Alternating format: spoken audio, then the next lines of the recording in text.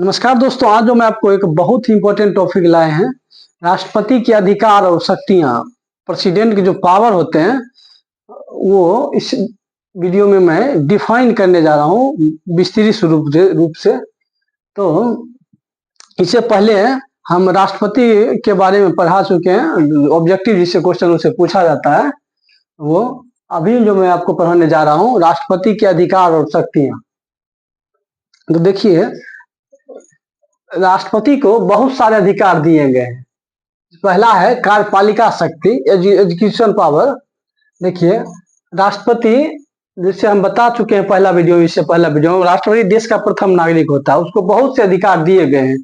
तो उसी में है, पहला है कार्यपालिका शक्ति, दूसरा है विधायक शक्ति, संसद के सदस्यों को मनोनीत करने की शक्ति, उसके बाद है राजनीतिक शक्तियां, सैन्य शक्तियां, आपातकालीन शक्तियां। ये सब राष्ट्रपति को बहुत सी शक्तियां दी गई है संविधान में। तो सबसे पहला मैं आपको कार्यपालिका शक्ति के बारे में डिफाइन करने जा रहा हूं। देखिए, इसमें जो है नियुक्ति की शक्ति, नियुक्ति की शक्ति, जिस प्रकार प्रधानमंत्री की नियुक्ति हमें राष्ट्रपति करते हैं, इनको बहुत से नियुक्ति की शक्तियां दी गई है। अंतर्राज्यीय परिषद का गठन, जो अनुच्छेद 263 में कहा गया है, इसमें बताया गया था, परीक्षा में पूछा था, अंतर्राज्यीय परिषद का गठन कौन करते हैं? तो राष्ट्रपति करते हैं। उसमें ऑप्शन रहता है प्रधानमंत्री, मुख्यमंत्री। तो अगर ये पूछा जाएगा अंतर्राष्ट्रीय परिषद का गठन कौन करता है, तो राष्ट्रपति करते हैं। उसके बाद है वित्त आयोग का गठन, जो अनुच्छेद 280 में, वो राष्ट्रपति करते हैं। ये वित्त आयोग क्या होता है? वित्त आयोग केंद्र और राज्यों संबंधी जो टैक्स होते हैं, वो कितना राज्य को देना है, बंटवारा करना है, वो वित्त आयोग राष्ट्रपति इसका गठन करते हैं। नेक्स्ट है SC ST OBC आयोग का गठन हमारे राष्ट्रपति करते हैं। SC और ST OBC, SC मतलब शेड्यूल कास्ट, शेड्यूल ट्राइब और अदर बैकवर्ड कास्ट। इस आयोग का गठन राष्ट्रपति महोदय करते हैं। अब है प्रधानमंत्री की नियुक्ति। प्रधानमंत्री की नियुक्ति PM की सलाह पर मंत्रिपरिषद की नियुक्ति, जिसका हेड होते हैं प्रधानमंत्री, इसकी नियुक्ति हमें राष्ट्रपति करते हैं। उसके बाद SC मतलब सुप्रीम कोर्ट तथा हाई कोर्ट के मुख्य न्यायाधीश की नियुक्ति भी राष्ट्रपति करते हैं। ये सब इसकी नियुक्तियां राष्ट्रपति करते हैं। CAG, controller and auditor general of India, नियंत्रण एवं महालेखा परीक्षक की नियुक्ति भी राष्ट्रपति करते हैं। राज्यपाल की नियुक्ति, ये सब संवैधानिक जो पद हैं, बड़े पद हैं, ये सब की नियुक्तियां हमें राष्ट्रपति करते हैं। और नियुक्तियों संबंधी क्वेश्चन हर एग्जाम में पूछा ही जाता है। आप प्रीवियस क्वेश्चन उठाकर देखिएगा, प्रत्येक एग्जाम में इस नियुक्ति संबंधी क्वेश्चन पूछा जाएगा। क्या की नियुक्ति कौन करता है? राज्यपाल की नियुक्ति कौन करता है? सुप्रीम कोर्ट के या हाई कोर्ट के न्यायाधीश की नियुक्ति कौन करता है? प्रधानमंत्री की नियुक्ति कौन करते हैं? अब नेक्स्ट है विधायी शक्तियां। देखिए, जो विधेयक बनाता है, हम बता दें संसद के 3 अंग होते हैं, एक लोकसभा, राज्यसभा और राष्ट्रपति। तो कोई भी बिल पहले लोकसभा में जाता है, उसके बाद राज्यसभा में जाता है, और उसके बाद राष्ट्रपति को जब तक उस पर फाइनल सिग्नेचर नहीं कर देते हैं, तब तक कोई विधेयक पारित नहीं होता है। तो राष्ट्रपति के विधेयक पारित होने के बाद, सिग्नेचर करने के बाद वो पारित हो जाता है, तब वो फाइनली रूप से कोई कानून बन जाता है। जैसे GST कानून बना था, जब तक उस पर राष्ट्रपति साइन नहीं कर दे, तब तक वो विधेयक कानून नहीं बनता। तो राष्ट्रपति के हस्ताक्षर के बिना कोई विधेयक कानून नहीं बनता है। जब तक वो उसका हस्ताक्षर, सिग्नेचर नहीं होता है, तब तक वो कोई कानून नहीं बनता है। नेक्स्ट है संयुक्त अधिवेशन बुलाने का अधिकार है। संयुक्त अधिवेशन जो अनुच्छेद 108 में बताया गया, वो बुलाने का अधिकार राष्ट्रपति को है।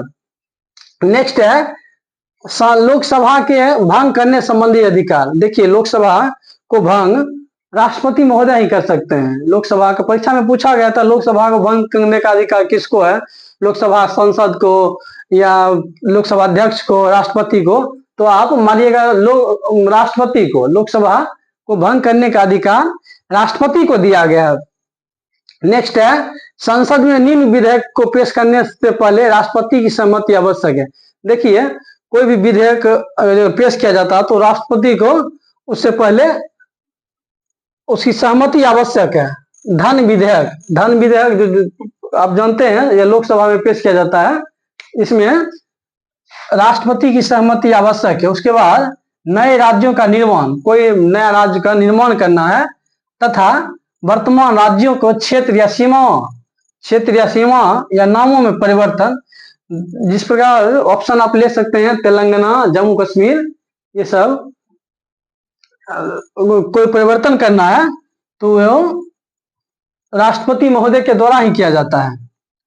उसके बाद है संचित निधि में व्यय करने वाला विधेयक। संचित निधि में खर्च जो होता है, जिस प्रकार कोई हम सब जो टैक्स देते हैं वो जो रखा जाता है, वो उससे जो खर्च होता है वो राष्ट्रपति महोदय को ही ये विधायी शक्तियां दिया गया है।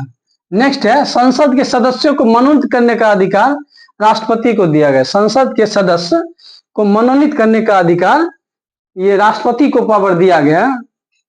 राष्ट्रपति राज्यसभा में 12 सदस्यों को मनोनीत करते हैं और पहले लोकसभा में 2 आंग्ल भारतीय समुदाय के व्यक्तियों को भी मनोनीत करते थे। देखिए परीक्षा में पूछा था लोकसभा में संसद कितने सदस्यों को राष्ट्रपति नियुक्त करते हैं, तो 12। अगर पूछेगा संसद में राष्ट्रपति कितने सदस्यों को मनोनीत करते हैं, तो 14। अब क्या हुआ है वर्तमान में, संविधान संशोधन 104 के अंतर्गत एंग्लो इंडियन को आरक्षण अब समाप्त कर दिया गया है।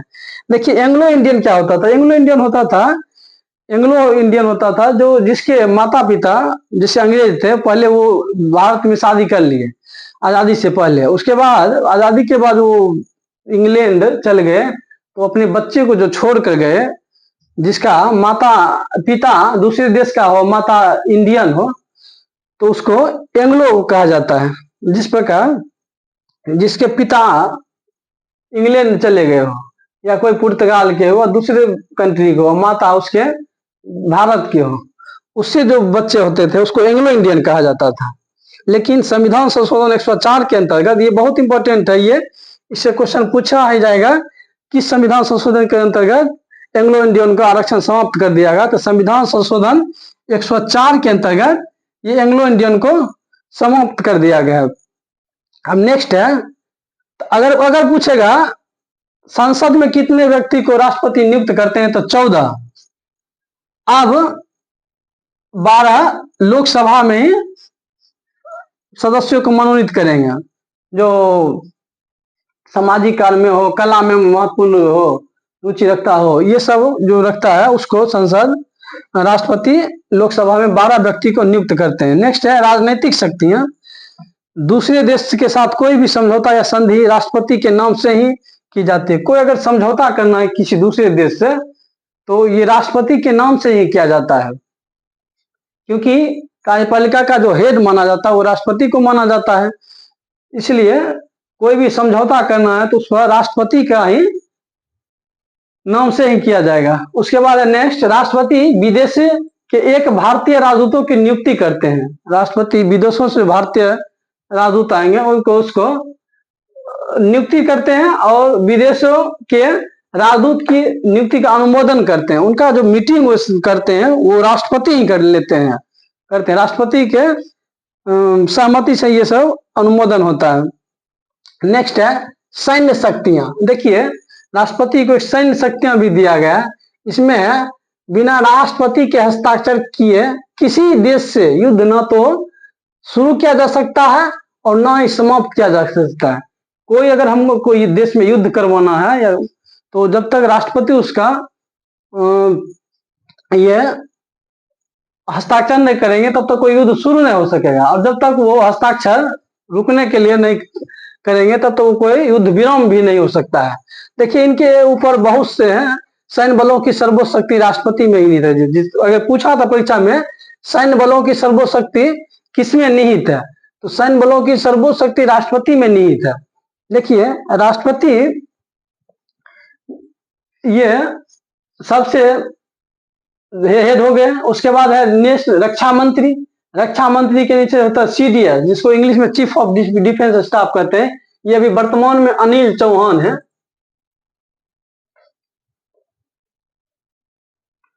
पहले CDS पूछेगा तो ये बिपिन रावत थे। जो वायुयान दुर्घटना में उनकी मृत्यु हो गई थी। नेक्स्ट है देखिए, अब सीडीएस के नीचे हुए थल सेना अध्यक्ष, वायुसेना अध्यक्ष और जल सेना अध्यक्ष, ये तीनों।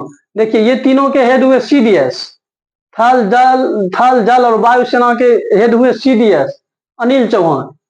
उसके ऊपर होते हैं रक्षा मंत्री, ये परामर्श लेके डिफेंस मिनिस्टर से, जिस प्रकार भी राजनाथ सिंह वर्तमान में है, और रक्षा मंत्री डिसीजन लेंगे राष्ट्रपति से। तो ये सैन्य शक्तियां दिया गया है इसके ऊपर। पहले सीडीएस का पद नहीं था, ये 2020 से सीडीएस का पद आया है। जो पहले सीडीएस थे जनरल बिपिन रावत। नेक्स्ट है क्षमादान की शक्ति। देखिए ये बहुत इंपॉर्टेंट है, क्षमादान की शक्ति। राष्ट्रपति किसी को फांसी की सजा को माफ कर सकता है। राष्ट्रपति को ये ऐसा पावर दिया गया, किसी को फांसी की सजा को माफ कर सकता है। और राष्ट्रपति को किस अनुच्छेद के, राष्ट्रपति 72 के अनुच्छेद के तहत अपराधी के दंड को क्षमा कर सकते हैं। अनुच्छेद 72 आर्टिकल 72 के अंतर्गत किसी को सजा को, फांसी की सजा को क्षमा कर सकते हैं। नेक्स्ट है राष्ट्र विशेष शक्तियां। राष्ट्रपति को कुछ विशेष शक्तियां भी दिया गया है। राष्ट्रपति को गिरफ्तार नहीं किया जा सकता है। देखिए राष्ट्रपति को गिरफ्तार नहीं किया जा सकता, राष्ट्रपति पर क्रिमिनल केस नहीं चलाया जा सकता है। देखिए संविधान में है, ऐसा कहा गया है, राष्ट्रपति जब तक वो पद पर है तब तक उन पर नहीं किसी प्रकार का क्रिमिनल केस, मुकदमा नहीं किया जा सकता है, और ना ही उसको गिरफ्तार किया जा सकता है। देखिए अगर मान लिया कोई उस पर केस कर दिया तो वो अनुच्छेद 72 का उपयोग करके स्वयं अपने सजा को माफ कर लेंगे, जब तक वो पद पर है। संविधान में ऐसा कहा गया है, जब तक वो पद पर है राष्ट्रपति को गिरफ्तार नहीं किया जा सकता। राष्ट्रपति पर फौजदारी मुकदमा मतलब क्रिमिनल केस उस पर नहीं चला जा सकता। फौजदारी मुकदमा दो होते हैं, दीवानी मुकदमा इस पर लगाया जा सकता है। जैसे बिजली चोरी हुआ, अगर वो राष्ट्रपति बिजली चोरी हो गए तो उनको उस पर केस चलाया जा सकता है बिजली देने के लिए। और ये क्रिमिनल केस उस पर नहीं चला जा सकता जब तक वो पद पर है। पद पर जिस जो हटे उनको गिरफ्तार किया जा सकता है, जब तक वो अपने पद पर है तो उनके ऊपर क्रिमिनल केस नहीं चलाया जा सकता है। ये बहुत इंपॉर्टेंट है, इसलिए मैं इसको रिपीट करके बताया हूँ। नेक्स्ट है आपातकालीन शक्तियां। राष्ट्रपति को आपातकालीन शक्तियां हमें संविधान में दिया गया है, जिसके अंतर्गत है राष्ट्रीय आपातकाल अनुच्छेद 352, जो अभी तक 3 आपातकाल हमें लग चुके हैं, 1962 में, 1971 में, 1975 में। राष्ट्रीय आपातकाल 3 बार अभी तक भारत में लग चुके हैं। नेक्स्ट है राष्ट्रपति शासन, यह 352 से 356, 4 जोड़ के आगे बढ़िएगा, 352, 356 और 360। देखिए राष्ट्रपति शासन, जब किसी देश का संवैधानिक या राज्य का संवैधानिक तंत्र विफल हो जाता है तो उसको राष्ट्रपति शासन लगाया जा सकता है।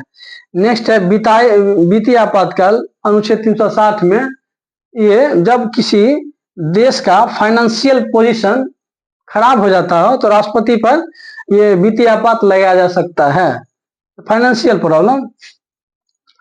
तो राष्ट्रपति शासन पूछेगा कितने बार लग चुका है, तो राष्ट्रपति शासन अब तक 3 बार लग चुका है, 1962 में, 1971 में, 1975 में। ये भी परीक्षा में क्वेश्चन पूछा गया है SSC CHSL में। और राष्ट्रपति शासन अनुच्छेद 356 के द्वारा लगाया जा सकता है, जब राज्य में संवैधानिक तंत्र विफल हो जाए तो राष्ट्रपति शासन लगाया जा सकता है। और वित्तीय आपात अभी तक भारत में 1 बार भी नहीं लगाया जा चुका है। नेक्स्ट है, अब हम इसको कुछ महत्वपूर्ण इंपॉर्टेंट टॉपिक बताने जा रहे हैं। भारत के प्रथम राष्ट्रपति डॉक्टर राजेंद्र प्रसाद थे, एकमात्र व्यक्ति जो 2 बार राष्ट्रपति बने, डॉक्टर राजेंद्र प्रसाद। इनको बहुत सौभाग्य मिला था जो 2 बार राष्ट्रपति बने थे। और नेक्स्ट है प्रथम महिला राष्ट्रपति श्रीमती प्रतिभा देवी सिंह पाटिल, जो भारत की जो प्रथम महिला राष्ट्रपति बनी थी। नेक्स्ट है निर्विरोध, बिना विरोध के जो राष्ट्रपति जीतने वाले राष्ट्रपति बने थे नीलम संजीव रेड्डी। नीलम संजीव रेड्डी निर्विरोध, बिना विरोध किए राष्ट्रपति बने थे। अब नेक्स्ट है पहले मुस्लिम राष्ट्रपति, first Muslim president doctor Zakir Hussain, ये पहले मुस्लिम राष्ट्रपति थे। नेक्स्ट है राष्ट्रपति जिनकी मृत्यु कार्यकाल के दौरान हुए। राष्ट्रपति जो अपने पद पर रहते हुए 5 साल अपने नहीं पूरा सके, उनका मृत्यु हो गया था, डॉक्टर जाकिर हुसैन और फखरुद्दीन अली अहमद, जो राष्ट्रपति के पद पर 5 साल वो अपना कार्यकाल नहीं पूरा सके और उनकी मृत्यु हो गई थी। ये 2 व्यक्ति थे।